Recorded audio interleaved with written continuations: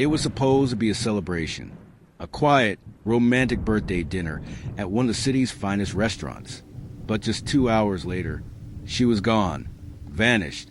No note, no signs of struggle, no witnesses, just a husband with a carefully crafted story and a smile that wouldn't last long.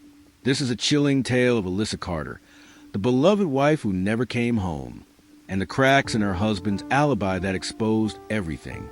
Alyssa Carter was a 33-year-old graphic designer living in Fairfield Heights, a quiet suburban community in Northern Virginia. She was known for her warmth, creativity, and loyalty. To friends, she was a gentle soul. To family, a rock. To her husband, Brian Carter, she was a perfect partner, or so it seemed. On April 18th, Alyssa's 34th birthday, the couple dined at Maison Latelier, a high-end French restaurant known for discretion, elegance, and surveillance cameras. They arrived at 7:14 p.m., dined in the back corner booth. Waiter says they ordered champagne, truffle risotto, and creme brulee. At 9:08 p.m., they paid the bill and walked out. Brian got into the car alone. Alyssa never made it home. The next morning, at exactly 6:12 a.m., Brian made the call. 911 operator. 911, what's your emergency? Brian, shaky voice, my wife didn't come home. I think something happened. He explained that after dinner, Alyssa told him she was taking a walk to clear her head. He claimed she was stressed about work and insisted on walking the 4 blocks back to their home alone. Odd, considering it was raining and she was wearing heels. Police arrived within 30 minutes. A missing persons report was filed. Brian's behavior was described as cooperative, but strangely emotionless. Detectives reviewed security footage from the restaurant. At 9:10 p.m., Brian was seen walking briskly to the car. Alyssa was not with him. They rewound the footage. She was last seen exiting the front doors, alone, standing at the edge of the lot. Then she turned the corner and disappeared from view. Police canvassed the area. No signs of struggle. No dropped purse. No blood. Just silence. Brian told detectives he drove straight home and watched TV until he fell asleep. He named the show Midnight Shadows, a crime thriller airing from 10 to 11 p.m. But when detectives checked his cable box, no record of that episode being streamed. No fingerprints on the remote. The smart thermostat showed the front door open again at 10:16 p.m., which Brian never mentioned. Detectives got a warrant for Brian's phone records.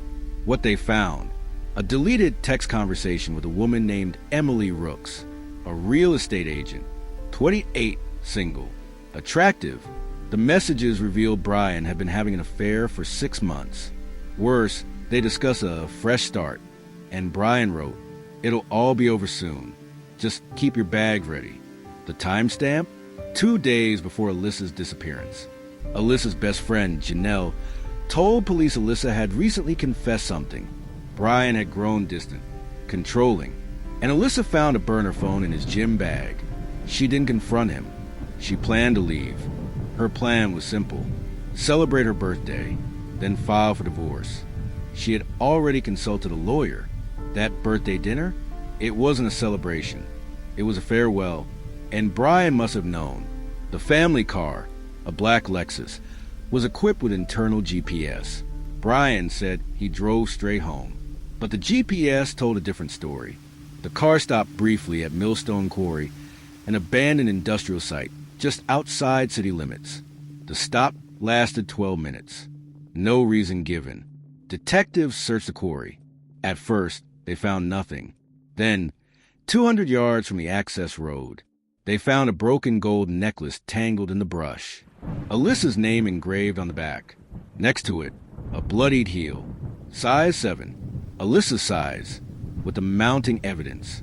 The deleted messages, GPS data, thermostat log, and recovered items. Police had enough for an arrest.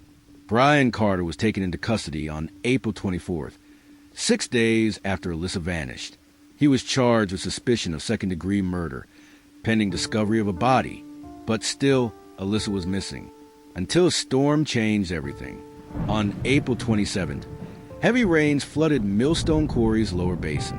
A hiker noticed something floating. Police recovered it. A tarp, wrapped tightly, weighed down with cinder blocks. Inside, Alyssa, she was still wearing her birthday dress.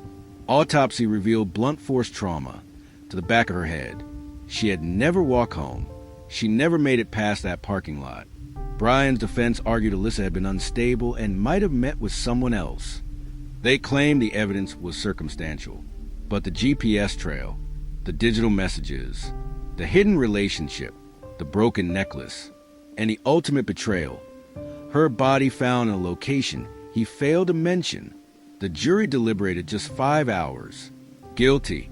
Brian Carter was sentenced to life in prison without parole. She trusted a man who swore to protect her, loved him, stood by him, but he chose lies over love, control over commitment, murder over honesty. Alyssa Carter didn't die because she was weak. She died because she was ready to walk away, and Brian Carter couldn't handle it.